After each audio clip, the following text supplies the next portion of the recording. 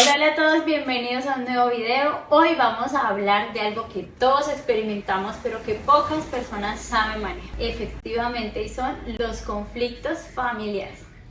Piensa en la última discusión familiar que tuviste. Tal vez fue con tu pareja sobre finanzas del hogar, con un adolescente sobre responsabilidades o quizás con tus padres sobre decisiones de vida.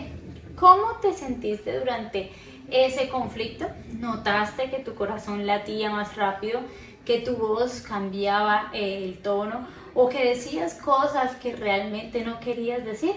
Bueno, no estás solo. Los conflictos familiares son universales, precisamente porque la familia es el espacio donde nos sentimos más vulnerables, donde nuestras emociones están a flor de piel y donde nuestras heridas más profundas pueden ser tocadas muchas veces sin intención. Pero aquí está la buena noticia: la inteligencia emocional puede transformar la manera en que manejamos estos conflictos y es exactamente de eso lo que vamos a hablar en el video de hoy.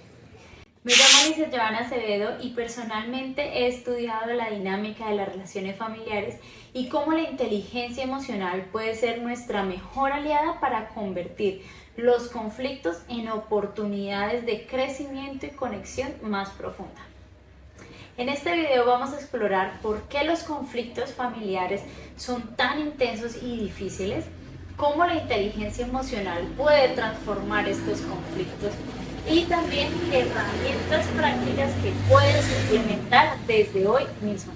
Y al final les enseñaré un método paso a paso para abordar los desacuerdos familiares desde la inteligencia emocional. Así que quédate hasta el final. Y si estás listo para transformar la manera en que manejas los conflictos con tus seres queridos, bueno, quédate hasta el final porque te prometo que encontrarás valor en cada minuto de este video. Y es que antes de hablar de soluciones necesitamos entender por qué los conflictos familiares son tan distintos a cualquier otro tipo de conflicto que experimentamos. En primer lugar, las relaciones familiares tienen una profundidad histórica única. Cuando discutes con tu hermano, no solo estás reaccionando al comentario que acaba de hacer, sino a 20, 30, 40 años de interacciones, de patrones y a veces pues heridas no resueltas. En segundo lugar, la familia es un sistema emocional complejo donde las emociones de uno afectan a todos. Como dice la doctora Brené Brown, investigadora de la vulnerabilidad, rara vez tenemos conflictos emocionales neutrales. Cuando uno se altera, todo el sistema familiar siente el impacto. Tercero, existe una paradoja en las relaciones familiares. Son simultáneamente las más seguras y las más vulnerables, en que por un lado nos sentimos lo suficientemente seguros para expresar nuestras emociones más crudas, pero también somos más vulnerables al dolor que pueden causarnos nuestros seres queridos. En un estudio realizado por el Instituto Goldman encontró que las parejas y familias experimentan en promedio 20 momentos de conflicto y tensión por día. ¿What? La mayoría son pequeños, pasan desapercibidos, pero acumulativamente configuran el clima emocional del hogar. Lo más interesante es que este mismo estudio descubrió que no es la presencia o ausencia de conflictos lo que determina la salud de una relación familiar, sino cómo se manejan esos conflictos. ¿Y cuáles son esos patrones destructivos más comunes? Bueno, existen patrones destructivos que sabotean la resolución efectiva de conflictos. El doctor John Gottman, después de décadas estudiando interacciones familiares, identificó 4 comportamientos particularmente dañinos que llamó los 4 jinetes del apocalipsis. Número 1, la crítica, que es atacar al carácter o la personalidad de alguien en lugar de su comportamiento. Por ejemplo, uy, es que siempre eres tan desordenado. En vez de decir algo más asertivo como me gustaría que ordenaras tus cosas. Segundo, la defensividad. Esto es responder a una queja actuando como víctima o contraatacando. Por ejemplo, Ay, es que tú también dejas tus cosas por todas partes y no te digo nada. en lugar de escuchar la preocupación del otro. Número 3, el desprecio. Esta es la forma más tóxica de comunicación, implica insultos, lenguaje corporal negativo como los ojos en blanco o el sarcasmo cruel. Y número 4, la actitud evasiva, retraerse efectivamente, físicamente, cerrarse a hablar del tema. ¿Te están resultando familiares estos jinetes? Pues claro que sí, la mayoría de nosotros caemos en al menos uno de estos patrones cuando estamos bajo presión emocional. Pero aquí viene la parte interesante. Estos comportamientos no son inevitables. Son respuestas emocionales que hemos aprendido y por lo tanto sí podemos desaprenderlas y reemplazarlas con respuestas más saludables. Y aquí es donde entra la inteligencia emocional. Entonces vamos a la segunda parte de este video, que es realmente la inteligencia emocional. Bueno, la inteligencia emocional no es simplemente ser bueno con las emociones. Es un conjunto de habilidades específicas que podemos desarrollar, según dijo Daniel Goleman, quien popularizó este concepto. La inteligencia emocional tiene 5 componentes. Autoconciencia emocional, que es reconocer qué estamos sintiendo y por qué lo sentimos. Autorregulación, manejar nuestras emociones, especialmente las intensas. Motivación, dirigir nuestras emociones hacia objetivos positivos. Empatía, reconocer y entender las emociones de los demás. Y habilidades sociales, manejar las relaciones e influir positivamente en otros. En el contexto familiar, pues esto significa que podemos aprender a identificar qué nos está alterando realmente en un conflicto, a regular nuestras emociones para no dañar a quienes amamos, comprender las emociones subyacentes de nuestros familiares y comunicarnos de manera que promueva la conexión y no la división. Ahora, veamos cómo se aplica cada uno de estos componentes a los conflictos familiares. La autoconciencia pues es el primer paso crucial. La autoconciencia emocional es la piedra angular de la inteligencia emocional.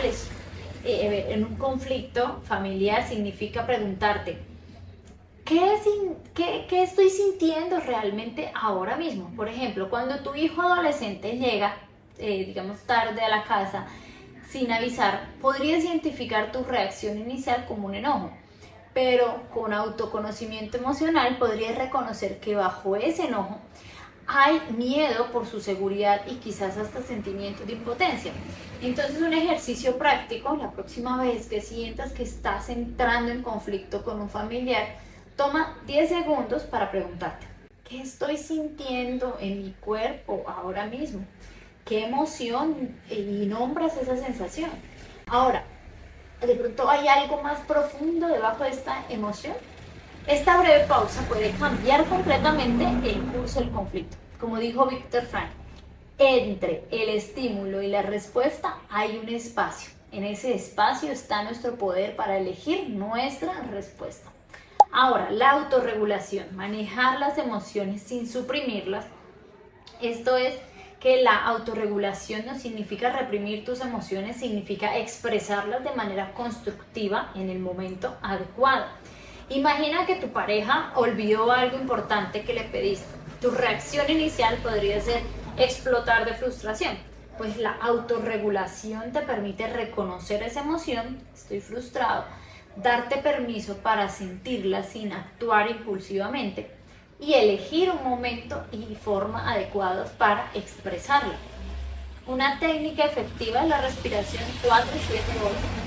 Inhala 4 segundos, mantén el aire 7 segundos y exhala lentamente 8 segundos. Esa respiración activa tu sistema nervioso parasimpático, reduciendo la respuesta de lucha o huida que se activa durante conflictos. Como por ejemplo, puedes practicar frases como: necesito unos minutos para procesar lo que estoy sintiendo antes de continuar esta conversación, en lugar de reaccionar impulsivamente. También está una amiga muy importante y es la empatía, el puente hacia el otro. La empatía es nuestra capacidad para ponernos en los zapatos del otro y entender su perspectiva emocional. Es el antídoto para uno de los mayores obstáculos en los conflictos familiares, que es asumir que conocemos las intenciones de la otra persona. Entonces, la próxima vez que estés en desacuerdo con un familiar, intenta este enfoque. Escucha para entender y no para responder. Pregúntate, ¿qué podría estar sintiendo esa persona que está allí? Valida su experiencia emocional, incluso si no estás de acuerdo con su perspectiva. Por ejemplo, en lugar de decir, Ay, estás exagerando. podrías decir, veo que esto te afecta profundamente y me importa entender por qué. Un estudio, miren, de la Universidad de Michigan mostró que las familias que practican regularmente la validación emocional mutua resuelven los conflictos un 50% más rápido que aquellas que no lo hacen, imagínense. Y ahora llegamos a la parte que más me gusta y es cómo lograr desarrollar estas habilidades. Pues quiero enseñarte entonces 4 técnicas para realizar. Técnica número 1, el tiempo fuera emocional. Una de las herramientas más efectivas para manejar conflictos internos es el tiempo fuera emocional. A diferencia de simplemente alejarse, esta técnica tiene un protocolo específico. Entonces, reconoce cuando estás llegando a tu límite emocional, es decir, cuando ya sientes que te quedaste sin herramientas, que sientes que no te están entendiendo, que la conversación se está saliendo del tema, etc. Comunica que necesitas un tiempo para calmarte. Por ejemplo, lo puedes decir de esta manera. Oye, me siento muy alterado ahora y necesito unos 20 minutos para calmarme, para tener pues una conversación productiva. Especifica cuándo volverás a la conversación. Esto es crucial para entender la interacción que deban tener en el intermedio o que no haya como esa preocupación de por qué la otra persona se está tomando más tiempo, ¿sí? Entonces la otra persona va a poder esperar con calma, porque naturalmente si el otro no tiene, no dice cuánto tiempo, pues va a tener esa incertidumbre, ¿cierto? Y durante el tiempo fuera, utiliza técnicas de autorregulación como la respiración profunda, el movimiento físico, la oración, salir a caminar, correr, etc. Y quinto, regresa a la conversación cuando hayas prometido hacerlo y si necesitas más tiempo, pues comunícalo. Ahora, es importante establecer, es decir, hablar de esta práctica antes de que surja un conflicto. En una conversación tranquila pueden acordar como familia que cualquiera puede pedir un tiempo fuera emocional cuando lo necesiten y todos pues van a respetar esa decisión. Técnica 2 es la escucha reflexiva. La escucha reflexiva es una técnica poderosa para asegurarte que realmente estamos entendiendo a la otra persona. Funciona de esta manera. Una persona expresa su perspectiva o sentimiento. La otra persona parafrasea lo que escuchó y verifica si entendió correctamente. La primera persona confirma o aclara lo que dijo el otro y solo entonces la segunda persona responde con su perspectiva. Por ejemplo, siento que siempre me estás controlando y no confías en mí. Entonces lo que escucho es que mis preguntas sobre dónde están te hacen sentir que no confío en ti. ¿Es correcto? Sí, exactamente. Gracias por aclararlo. Mi intención no es controlarte, sino asegurarme de que estés bien. Me preocupo por ti. Esta técnica reduce drásticamente los malentendidos y ayuda a cada persona a sentirse realmente escuchada. Ahora, la técnica número 3 es el modelo DEX para comunicación asertiva. El modelo DEX nos ayuda a expresar preocupaciones sin atacar a la otra persona y sería así. La D describe el comportamiento específico de la otra persona de manera objetiva. La E expresa cómo te sientes respecto a ese comportamiento. S sugiere soluciones concretas y viables. Y la C, unas consecuencias positivas que impacten a la solución. Por ejemplo, en lugar de decir, Nunca estás en casa y tú eres un desastre. pues podrías decir, veo que los platos quedan sin lavar varios días. Describe lo frustrado o abrumada que estás. Me gustaría que acordáramos quién lava los platos cada día y así ambos tendremos más tiempo para relajarnos juntos.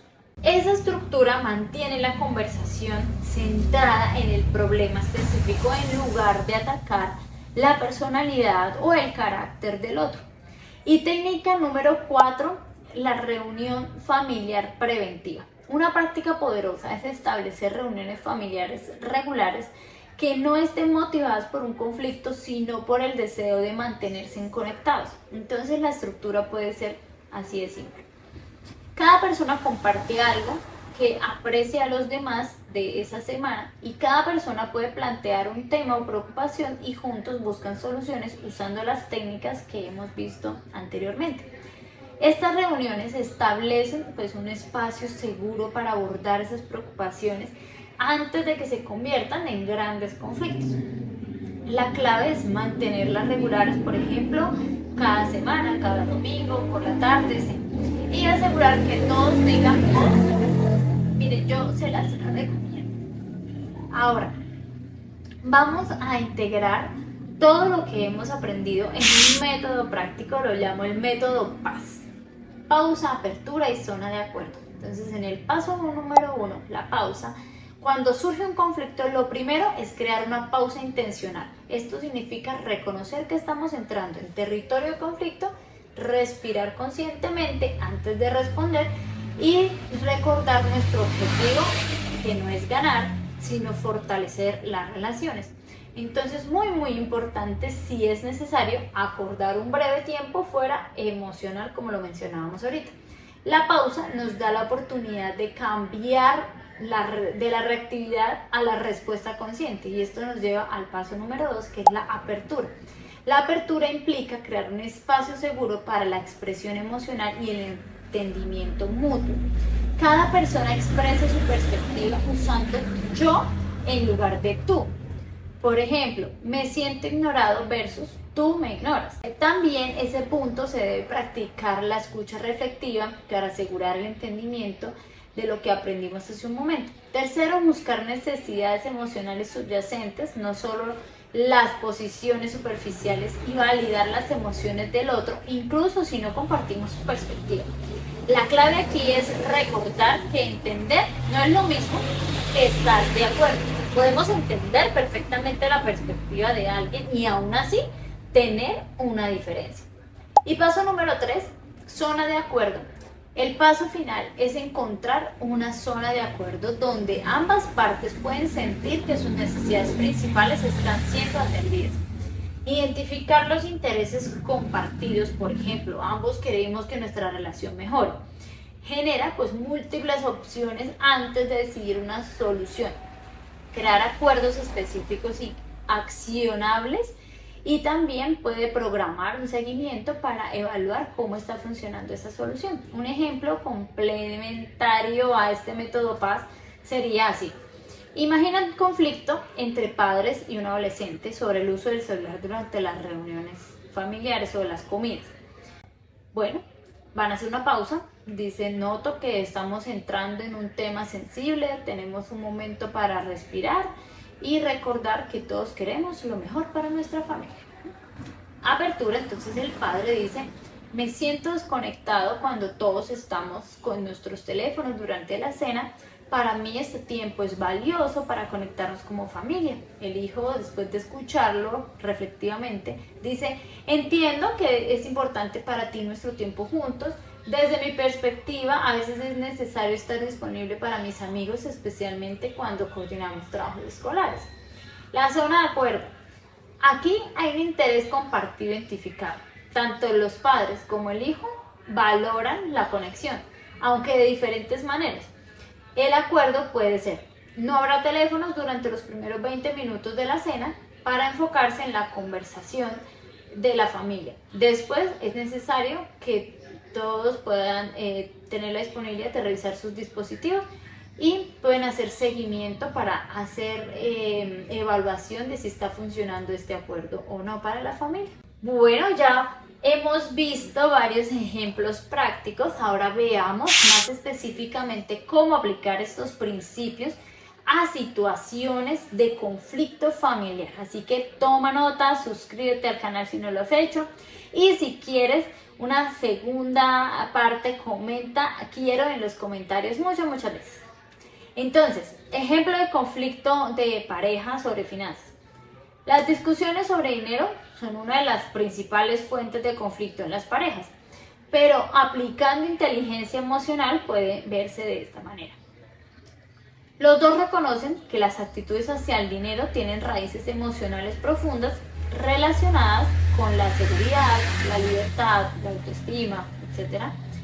Así que establecen conversaciones regulares sobre finanzas cuando ambos están calmados, no en medio de una crisis, y utilizan la técnica de escucha reflexiva para entender las preocupaciones subyacentes de cada uno y crean un presupuesto que respete tanto las necesidades de seguridad como las necesidades de flexibilidad de esa pareja.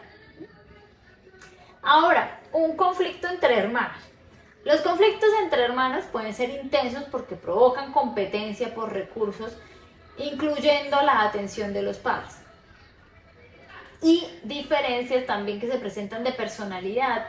Bueno, entonces para esto, pues puedes enseñar a los hijos a nombrar sus emociones desde pequeños, modelarles la resolución de conflictos en vez de simplemente imponer soluciones. Utiliza el método PAS, por ejemplo, adaptándolo a la edad de ellos, y reconocer los sentimientos de cada niño sin tomar partido en ellos. Y aquí hay algo muy importante, y es que un error muy común es reforzar la reconciliación o el pedir disculpas. Yo lo he hecho, de decirle a uno de mis hijos, venga, pídele disculpas al hermanito y denle un abrazo. Pero mejor es dar un espacio para que procesen sus emociones y luego facilitar una conversación cuando estén calmados, claro, pues adaptándolo a sus edades.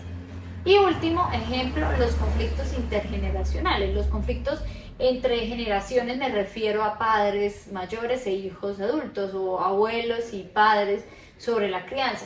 Estos requieren especial sensibilidad, entonces aquí es muy útil reconocer que las diferentes generaciones fueron criados con distintos valores y expectativas, practicar la curiosidad genuina sobre por qué la otra generación tiene esa perspectiva, buscar el valor subyacente que ambas generaciones comparten, como el bienestar de los niños, y establecer límites respetuosos cuando sea necesario.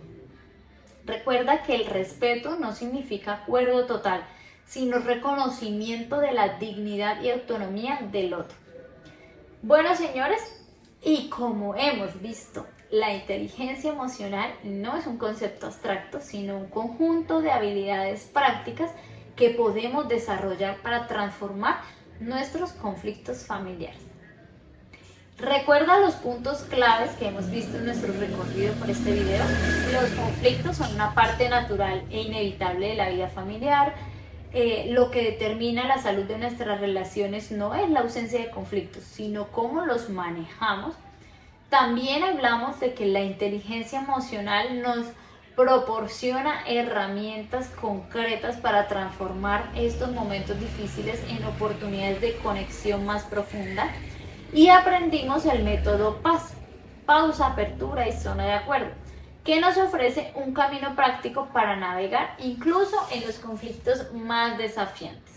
Quiero dejarte con una reflexión final. Los conflictos familiares, aunque dolorosos, también son oportunidades únicas para que comencemos a mejorar nosotros mismos y para mejorar esas relaciones con los que amamos. Cada vez que manejamos un desacuerdo con inteligencia emocional, no solo resolvemos un problema específico, sino que creamos un patrón que fortalece a toda la dinámica familiar.